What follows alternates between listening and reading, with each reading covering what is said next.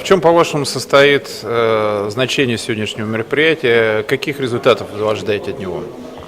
Ну, мне кажется, что очень важно общение и коммуникация между представителями различных национальных общественных организаций, власти.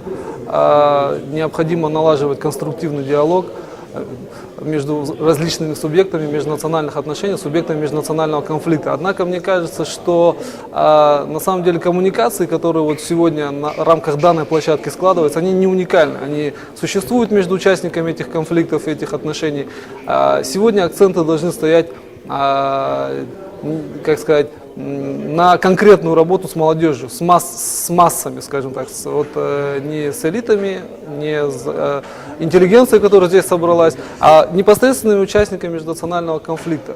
Я думаю, что данное заседание – это первый этап, первый шаг в знакомстве, в налаживании контактов и в дальнейшей разработке конкретных проектов, направленных на конкретную работу с молодежью. Потому что общение, коммуникация, эти разговоры, их и так полно, хватает, это научный анализ проблем. Мы сегодня эту проблему уже обмусолили со всех сторон, уже знаем буквально все, что нужно переходить к конкретным действиям. Конкретная работа с молодежью, с простыми ребятами, которые друг друга не знают, которые являются заложниками различных стереотипов, мифов. И в связи с этим очень часто ведут себя неадекватно. Поэтому мне кажется, что это первый этап в конкретной работе с молодежью. А какие инструменты работы с молодежью вот вам на практической деятельности уже удалось опробовать? Ну, их масса на самом деле. Хотя бы некоторые. Разные. Вот, допустим, мы, как общественная организация «Союз студенческих землячеств», это, во-первых, молодежные форумы, где собираются ребята разной национальности, знакомятся в живом общении, узнают друг друга. Это мы делаем конкретные встречи в вузах со студентами, да, куда мы приводим, допустим, кавказскую интеллигенцию и показываем ребятам, что кавказцы это не только дикари и варвары, которых вот СМИ рисуют как вот, так сказать, низшие какие-то там эти существа. Это люди, которые внесли значительный вклад в развитие государства российского. И в свою очередь проводим профилактические беседы с кавказской молодежью, когда мы им говорим, что даже несмотря на то, что это большой город, здесь, несомненно, есть социальный контроль за вами. И все ваши поступки и действия, они станут нам известны и станут известны вашим родственникам. И это очень сильно влияет на их поведение. Они ведут себя иным образом. Мы проводим различного рода фестивали национальных культур, фестивали юмора, где ребята также знакомятся между собой, узнают друг друга, где различные межнациональные противоречия и конфликты переводятся в плоскость юмора, и тем самым снимается вот эта вот эта напряженность, скажем так, да, острота этой проблемы.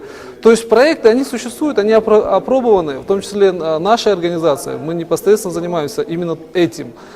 Их необходимо только реализовывать в больших масштабах. Я хочу сказать, что, как сказать, не надо придумывать какой-то велосипед, да, все уже давно придумано. Ничего не нового под луной. У нас всегда идет поиск какой-то уникальной технологии, которая вот по щелчку решит все наши проблемы. Нет, нужно просто системная работа. Нужно вот известные, как сказать, методы, проекты, мероприятия реализовывать на системной основе, системно вовлекать массово в молодежь. Не как сегодня у нас молодежная политика охватывает 5-10% молодежи, а 70-80% молодежи, как это было в советское время. И тогда проблем не будет.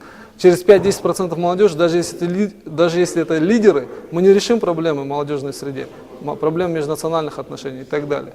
Нужна массовая работа с молодежью. И последний вопрос. Сейчас много говорят о том, что искусственно вбивается клин между русским населением и ребятами, которые приезжают с Северного Кавказа. И я с этим полностью согласен. Но какие, с вашей точки зрения, нужно предпринять шаги, чтобы вот этот вот искусственно создаваемый зазор убрать? Ну, я в принципе уже сказал об этом. Это живое общение. Клин вбивается посредством навязывания мифов и стереотипов друг о друге. Когда люди, не зная друг друга, узнают вот эти вот чудовищные образы, допустим, о кавказцах, что они все бандиты, дикари, и тем самым уже формируют априори негативные отношения. Да. Способ один – это живое общение, это общение непосредственно с ребятами. Мы проводили этим летом форум на Донбайе, где были представители самых разных национальностей, в том числе конструктивные русские националисты, представители Конгресса русских общин, русского образа. Приезжал даже Демушкин, да? И мы, в принципе, едины по всем основным позициям, по всем принципиальным вопросам. У нас есть какие-то небольшие там противоречия по второстепенным вопросам, но мы все хотим жить в одной большой сильной стране, мы все хотим жить хорошо, мы все считаем, что нужно уважать права других людей. Как бы в то же время почему-то существуют конфликты. Очевидно, что нас искусственно ссорят, и это посредством вот этого вот мифов и стереотипов. Живое общение – это вот рецепт всех проблем.